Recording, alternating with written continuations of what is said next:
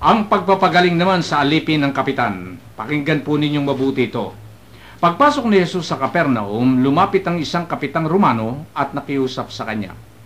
Ginoo, ang alipin ko po'y naparalisis. Siya'y nararatay sa amin at lubhang nahihirapan. Paruron ako at pagagalingin siya, ang sabi ni Jesus. Ngunit sumagot sa kanya ang kapitan, Ginoo, hindi po ako karapat-dapat na puntahan pa ninyo sa aking bahay. Sabihin lamang po ninyo at gagaling na ang aking alipin. Ako'y nasa ilalim na nakatataas na pinuno at ako man ay may nasasakupang mga kawal. Kung sasabihin ko sa isa, humayo ka, siya'y humahayo, at sa iba, halika, siya'y lumalapit, at sa aking alipin, gawin mo ito, at ginagawa niya. Na mga si Jesus nang marinig ito at sinabi niya sa mga taong sumusunod sa kanya, sinasabi ko sa inyo, na hindi ako nakatagpo kahit sa Israel ng ganitong kalaking pananalig. Tandaan ninyo, marami ang darating buhat sa silangan at sa kanluran at dudulog sa hapag na kasalo ni na Abraham, ni Isaac at ni Jacob sa karya ng langit. Ngunit marami sa lipi ng Israel ang itatapon sa kadiliman sa labas. Do'y mananangis sila at mangangalit ang kanilang ngipin. At sinabi ni Jesus sa kapitan, umuwi na kayo. Mangyayari ang hiniling ninyo patayon sa inyong pananalig.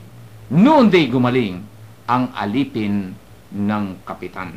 Ito, tingnan natin. Dito kasi, itong kapitan na ito, alam naman natin, ginagalang ito noong mga panahon na yon, Kapitan Romano na ito, dahil sa marami mga tao na sasakupan ito. Pero hindi ito nagkatubilin, lumapit sa Panginoong Hesus upang sa ganon ay hilingin naman yung kanyang katulong o yung kanyang alipin na mapagaling, sapagkat noon sa pangangaral ng Panginoong Hesus ay napakarami na siya napapagaling at marami ng tao sumusunod sa kanya at nananalig sa kanya. Kuya John, ano masasabihin nyo rito? Mga kapatnubay, ang pagpapagaling sa alipin ng kapitan ayon po sa Kapitang Romano sa Panginoong Hesus. Sabihin po lamang ninyo at gagaling na ang aking alipin kahit na puntaan pa sa bahay. Ganun po katibay ang pananalig ng Kapitang Romano sa ating Panginoon. Sabi nga po ng ating Panginoon, ang paniniwala mo sa Kanya ang siya mong magiging kaligtasan. Lahat po magagawa ng ating Panginoon, kahit ano, magpatawad ng kasalanan, pagbuhay sa patay, at kahit paglipat sa bundok ng lugar. Kung mananalig po tayo sa Kanya, tamang landas ang ating paroroonan. Yun. Itanong mo ninyo si Kuya Jo. Iyan ang refleksyon ni Kuya Jo. Oh, di ba? Pero si Kuya Bert, ano naman ang inyong masasabi dito? Alam mo, Kuya Min, kung makikita mo ang pangyayari, ito'y kalimitan nating sinasabi rin, ang sinasabing ito ng Kapitan Romano. Bago tayo tumanggap ng katawan at dugo ng Panginoon sa communion, sinasabi natin ito. Hindi ako karapat-dapat. No. Hindi ka karapat-dapat magpatuloy sa akin eh. No. Kasi ito tinanggap ito ng Romano eh. Ang Panginoon nung kanyang lahat ng kanyang iniaaral, lahat ng kanyang nababalitaan ay kanyang tinatanggap ang Panginoon. Kaya sabi niya, hindi ako karapat-dapat na magpatuloy sa iyo eh.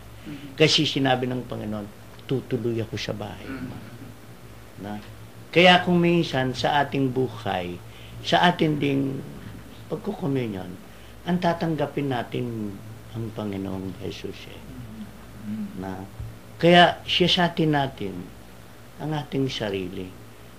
Tayo ba ay karapat-dapat tumanggap sa katawan at dugo ng Panginoon?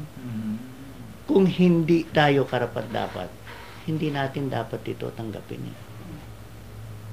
Kung hindi tayo handang tumanggap sa Kanya, hindi natin dapat tanggapin ang Panginoon, yung Kanyang katawan at dugo.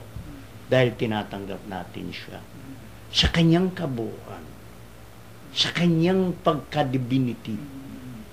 Ito'y tinatanggap natin siya. Kaya nga sabi ng Panginoon, hindi ako nakakita ng ganitong pananalig sa buong Israel. Sa paglibot-libot niya. Pero itong taong ito, nananalig siya sa ating Panginoon. Gaano ba kalaki ang pananalig natin sa Panginoon? Gaano ba kalaki ang pananampalataya natin sa Diyos? Ito ba ang kanyang kabuuan kapag tinanggap natin siya sa anyong tinapay? Gaano ba natin tinatanggap ang kanyang mga salita? Yung bang mga aral ng Panginoon na nababasa natin sa Biblia ay ating pinananaligan at pinanampalatayanan? Sana panaligan natin. Kung pinananaligan natin ito, lahat ng inuutos ng Diyos ay susundin natin. Ito ang dapat. Ito ang nararapat na ating isagawa. Kaya, mga ginigiliw naming tagapakinig, sana kapag tinatanggap natin ang Panginoon sa anyong tinapay, ang kanyang kabuuan, ang kanyang pagkadiyos, ay pinanaligan natin at ito'y isinasagawa natin at handa nating isagawa ang kanyang mga utos at ang kanyang mga aral na nababasa natin sa banal na kasulatan. At kung handa tayo at pinagsisisihan natin ang ating mga kasalanan, tanggapin natin ang Panginoon upang ito'y tunay na maging bahagi siya ng ating buhay. Ayun.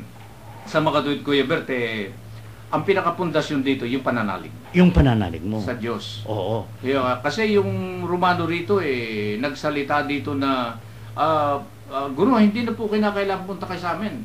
Malaki ang pananalig nitong Romano na ito doon sa Panginoon na mapagagaling yung kanyang aliping may sakit kahit na hindi pumunta. Totoo yun. So, yung pananalig ang pinaka. Oo. Kaya hindi siya karapat-dapat dahil makasalanan siya. No? Dahil makasalanan siya. Ngayon, tayo, dapat nating panaligan ang Panginoon.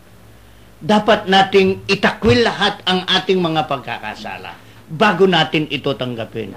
Kung hindi natin ito tinatanggap ang ating mga pagkakasala at hindi tayo naglinis sa ating kasalanan, at kung hindi pa tayo born again, wala tayong karapatan na tanggapin ang ating Panginoon. Yun. Binibiro po ninyo rito sa pagpapagaling sa alipin ng kapitan, ang pinakapundasyon ho rito. Kaya pala, kung tayo, Kuya Ben, isang halimbawa mo, meron tayong mga mahal sa buhay.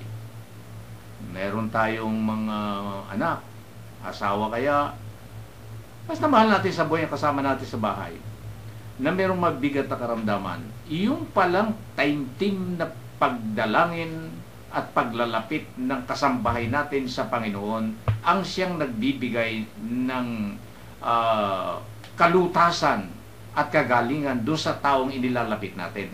Kasi pag ako, sa halimbawa mo, ilalapit ko yung aking may sakit na kamag-anak, pagkatapos ako naman sa sarili ko, wala naman akong matibay na pananalig sa Diyos, hindi apekto yan. Tsaka kung makasalanan ka, wala kang kapangyarihan na i-pray over ang kapatid mo. Wala kang kapangyarihan. Makasalanan ka kasi. Maglinis ka muna. Maglinis muna. Maging karapat-dapat ka muna sa Panginoon upang mayroong kang kapangyarihan na mag-pray over sa mga kapatid mo. Kaya pala yung pagpe-pray over, hindi ka basta-basta basta-basta na magpapatong ng kamay, pagpe-pray mo. Kaya kailangan maglilinis ka muna. Kuya Ben, ano masasabi nyo?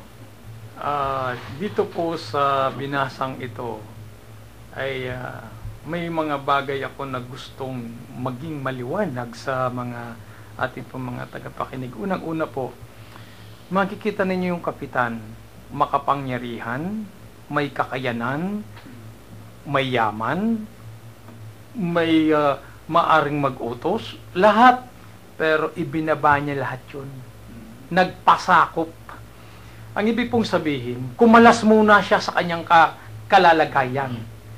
Yung anuman ang nasa kanya, iniwanan niya ito upang ang paglapit niya sa Panginoon ay malinis. Wala. So, yun ang Walang sinasabi mga ni bagay-bagay.